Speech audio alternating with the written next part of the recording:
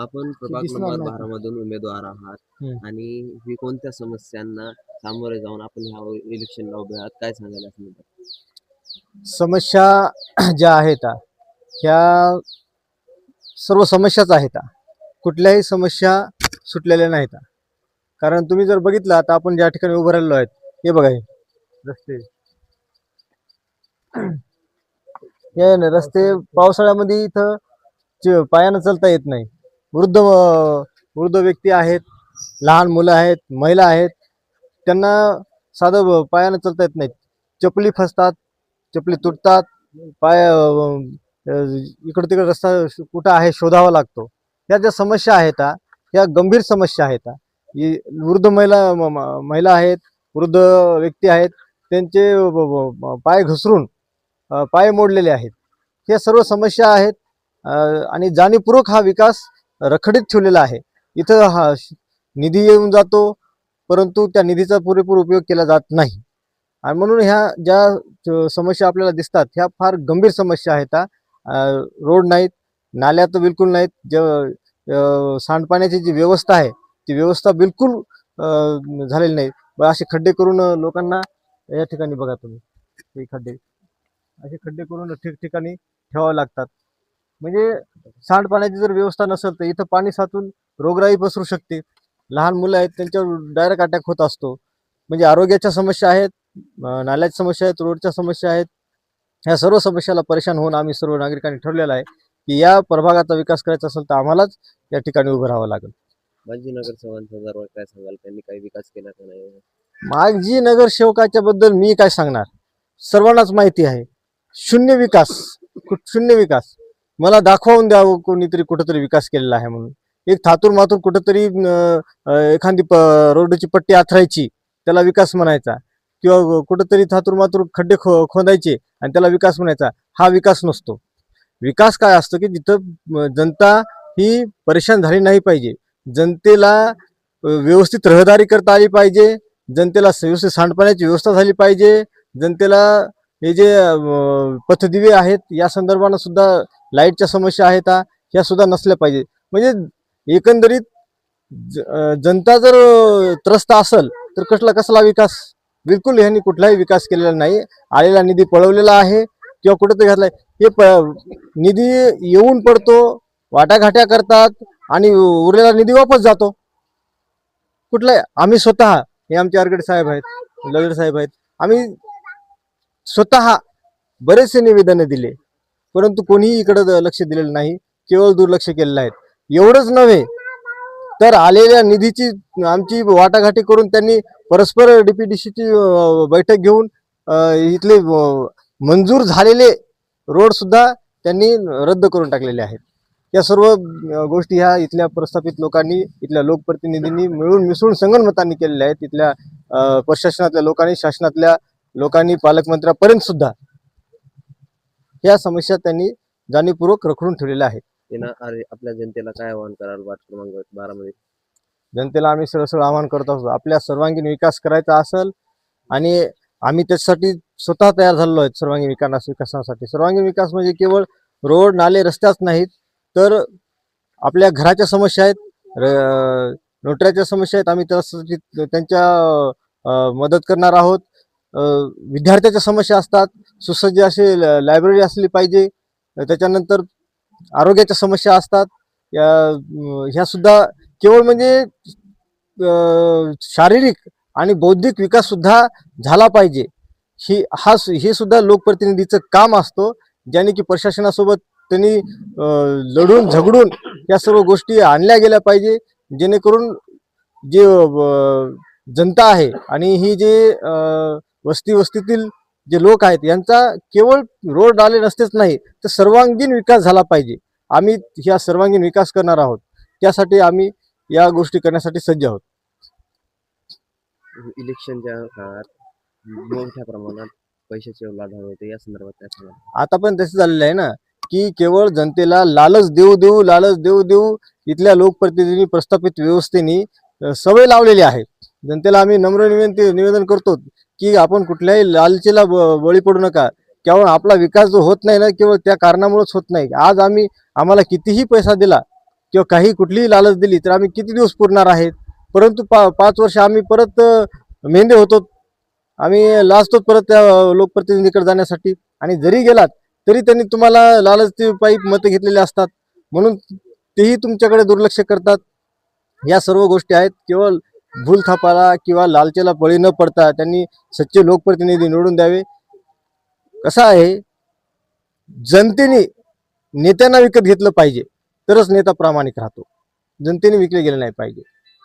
हे आमची या ठिकाणी जनतेला नम्र निवेदन आहे. आपल्याला वाटत नाही का आपल्या वार्डात दमदाटी करून ही मतदान घेतल्या जातं? सर्वच गोष्टी साम दाम दंड भेद ह्या सर्व गोष्टी वापरल्या जात आहेत. हे लोकशाहीच्या विरोधामध्ये आहे आणि लोकशाहीला खूप मोठा तडा जात आहे. त्या प्रशासनाने सुद्धा याच्याकडे लक्ष दिलं गेलं पाहिजे.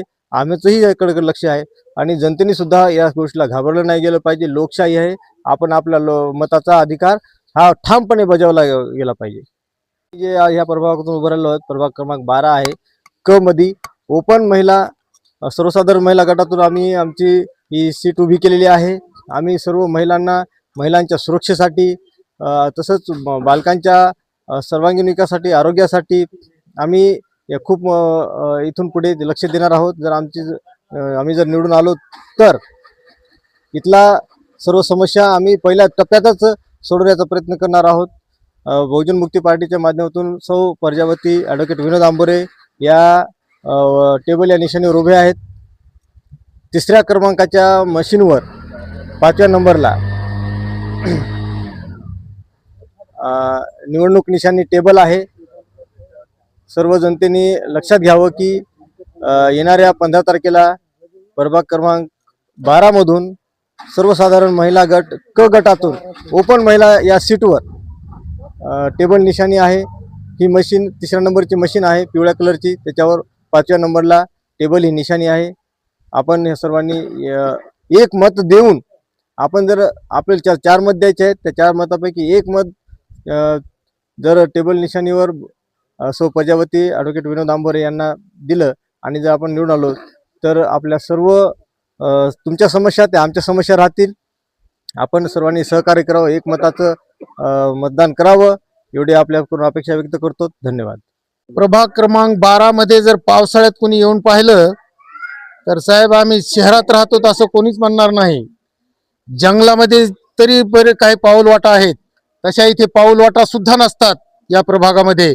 त्यात शाक्यनगरी, जमजम कॉलनी, बाबर कॉलनी हे असे बऱ्याच वसाहती आहेत. विकासनगरचा काही भाग, शांतिनिकेतन कॉलनीचा काही भाग, या सर्व भागामध्ये अहो ते पाऊल ठेवता येत नाही. सगळी दलदल, सगळा गाळ असतंय, तिथं पायी चालणं सुद्धा मुश्किल आहे. त्यात म्हातारे माणसं, म्हातारेच कशाला हो, तरुण माणसं सुद्धा पडतात. असे इतके खड्डे खुड्डे यापूर्वीच्या आमच्या लोकप्रतिनिधींनी या ठिकाणी लक्ष दिलेलं नाही. तर आता यावेळी ओपन महिला या प्रभाग गटातून प्रजावतीताई आंबोरे ह्या निवडणूक लढवित आहेत. त्यांचं सुद्धा घर आमच्या वस्तीमध्ये आहे, आमच्या वसाहतीमध्ये आहे. आमच्या जे समस्या आहेत त्या समस्या त्यांच्या सुद्धा आहेत. म्हणून आम्ही सर्वांनी ठरवलंय की आता येणाऱ्या निवडणुकीमध्ये त्यांचे क मशीनवरील क गटातील मशीन 3ऱ्या मशीनवर 5व्या नंबरच्या टेबल निशाणीवर आम्ही सर्वांनी मतदान करायचं ठरवलंय. कारण त्यांना जर निवडून दिलं तर ह्या आपल्या समस्या, आपले दुःख ते नक्कीच निवारण करतील असा आम्हाला विश्वास आहे.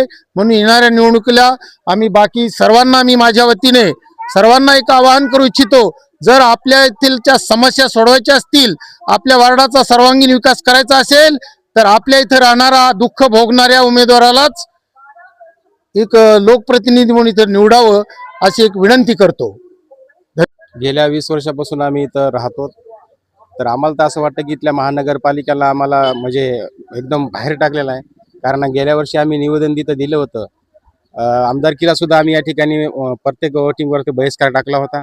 तर आमदार साहेब सुद्धा या ठिकाणी आले होते. त्यांनी आश्वासन या ठिकाणी दिले होते की जे काय राहिलेला रस्ता ते या ठिकाणी ते पूर्ण 800 मीटरचा रस्ता आम्ही करूत अशी त्यांनी पण या ठिकाणी ग्वाही दिली होती. तत्पूर्वी इथले जे भावी म्हणजे नगरसेवक होते, माजी नगरसेवक, त्यांनी सुद्धा या ठिकाणी, कारण बरेचसे लोकांचं इथं मतदान नाही आहे, तर मतदान नाही तर पण तरी पण आम्ही इथं मतदान करणारच आहोत ना. आज ना उद्या तरी आम्ही इथले जे ॲड्रेस आहेत आधार कार्डवरचे ते आम्ही इथं ट्रान्सफर करून इथले मतदान आम्ही करणारच आहोत. तरी तर त्यांनी कुठल्या प्रकारचं आम्हाला इथं प्राधान्य दिलेलं नाही आहे. इथल्या महानगरपालिकेची घंटागाडी या ठिकाणी येत नाही. आम्ही पण इथलं घरपट्टी, नळपट्टी जे जे काय टॅक्स आहे ते भरतो, तर ते भरून सुद्धा या ठिकाणी महानगरपालिका आमच्याकडे दुर्लक्ष करते.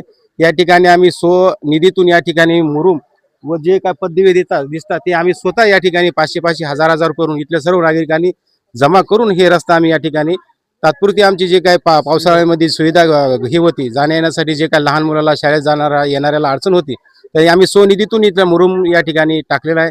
आम्ही वारंवार आमचे जे काही इथले नगरसेवक, भावी नगरसेवक होते, आमदार साहेब होते, त्यांना पण विनंती करते की आमच्याकडे थोडं लक्ष द्या. आमच्या आरगळे साहेबांना सुद्धा या ठिकाणी आयुक्ताला पर्सनली जाऊन या ठिकाणी निवेदन सुद्धा दिले होते की या साहेब तुम्ही या ठिकाणी या. ते आले, एक कागदपत्री कुठला तरी एक हे करून गेले, देखरेख करून गेले, बघून गेले आणि बस. या ठिकाणी कुठल्याच प्रकारचे आम्हाला साधे मुरुमाच्या गाड्या सुद्धा या ठिकाणी दिल्या नाही. तर माझी नगरसेवक कोण आहेत आणखीन अद्याप आम्हाला माहिती सुद्धा नाहीये, त्यांनी येऊन सुद्धा बघितलेलं नाहीये. त्या अनुषंगाने आम्ही असेच हे करतो की आपल्या नगरातला नगरसेवक या ठिकाणी उभा टाकावा, जेणेकरून ज्या अडचणी आपला नगरसेवकच हाकेला धावणारा नगरसेवकच या ठिकाणी येईल आणि आमच्या ज्या काही समस्या त्या पूर्ण करेन. त्यासाठीच आम्ही या ठिकाणी प्रजावतीताई यांना आम्ही सर्व जिथल्या नागरिकांनी ठरवून या ठिकाणी त्यांना उभं केले आणि उभं करून आम्ही निवडून आणू अशी अपेक्षा करतो. आणि आमच्या बाकीचे काय काही साई सुद्धा आलेले आहेत, त्यांना विनंती करतो की बाकीचे ते बोलतील काही. जय भीम. मी प्रजावती ॲडव्होकेट विनोद आंबोरे. मी प्रभाग क्रमांक 12 मधून उभी आहे. शाक्य नगरी, पंचशील नगर, जमजम कॉलनी, अजिजा नगर, पंचशील नगर हे सर्व रोड जो आहे कृषीनगरकडे जाणारा पूर्ण रोड पावसाळ्यामध्ये चालण्यासारखा सुद्धा राहत नाही. सर्व पाणी रोडावर येतं आणि नाल्या पूर्ण वाहून जातात. म्हणजे रस्ता म्हणजे बिलकुल नाही. साधं पायी चालता येत नाही, गाडीवर सुद्धा चालता येत नाही आम्हा लोकांना. लाईट नाही, पोल नाही, तिकडे कशाची सुविधा नाही. आणि परत महिलांना सुद्धा म्हणजे रात्रीला येण्या जाण्यासाठी कशात लाईट नाही आहे, कशाचीच सुविधा नाही इकडे. त्यांच्यासाठी मी त्याच्यासाठी म्हणजे त्यांच्या सोयीसुविधा दूर करण्यासाठी प्रभाग क्रमांक 12 मधून उभी आहे. तरी मला सर्वांनी सहकार्य करावे. माझी निशाणी आहे टेबल. प्रभाग क्रमांक 12 क मधून उभी आहे, निशाणी आहे टेबल. तरी मला सर्वांनी प्रचंड बहुमताने विजय करावी एवढी मी नम्र विनंती करते. जय भीम सर्वांना. इथं आम्ही इथं आलो तर आज आम्हाला 14 वर्ष व्हायला तर इथं येऊन 14 वर्षामधून आम्ही जे बी आम्हाला आशाला कोण लावलं असेल, आम्हाला निवडून द्या, आम्ही तुमचं असं करू, आम्ही तुम्हाला नाल्या करून देऊ, आम्ही तुम्हाला रोड करून देऊ, त्याने आम्हाला भर घातली. आम्ही त्याच्या भरीला मान्यता दिली, मात्र आमची आशा कोणच पूर्ण केलेली नाही आजपर्यंत आमची आशा कोणच पूर्ण केलेली नाही. या खड्ड्यामुळे आम्हाला समाज मंदिरामध्ये यायला आमची ही लावलेली कथा आम्हाला ऐकायला सुद्धा येता येईना. पावसाळा गेला, आता हिवाळा आला, हिवाळ्यामध्ये हे सारे खड्डे खुड्डे, हे दगड धोंडे आम्हाला काय चलता येईना, काय नाही आमच्या वयामानानं. आता कोणाला निवडून द्यावावं, ज्यानं बी आमचं चांगलं करील आम्ही त्याच्यावर लक्ष ठेवू. आम्ही आमची अडचण सुधारण्यासाठी आम्ही उमेदवार निवडलेला आहे. तर यायला समजायनं सहकार्य करून याच्या पुढे तुम्हाला काय चांगलं वाटतंय, काय नाही चांगलं वाटत, याला तुम्ही मान्यता देऊन काय तुम्हाला समजत आहे तसं करा. प्रजावती आंबोरे. जय भीम.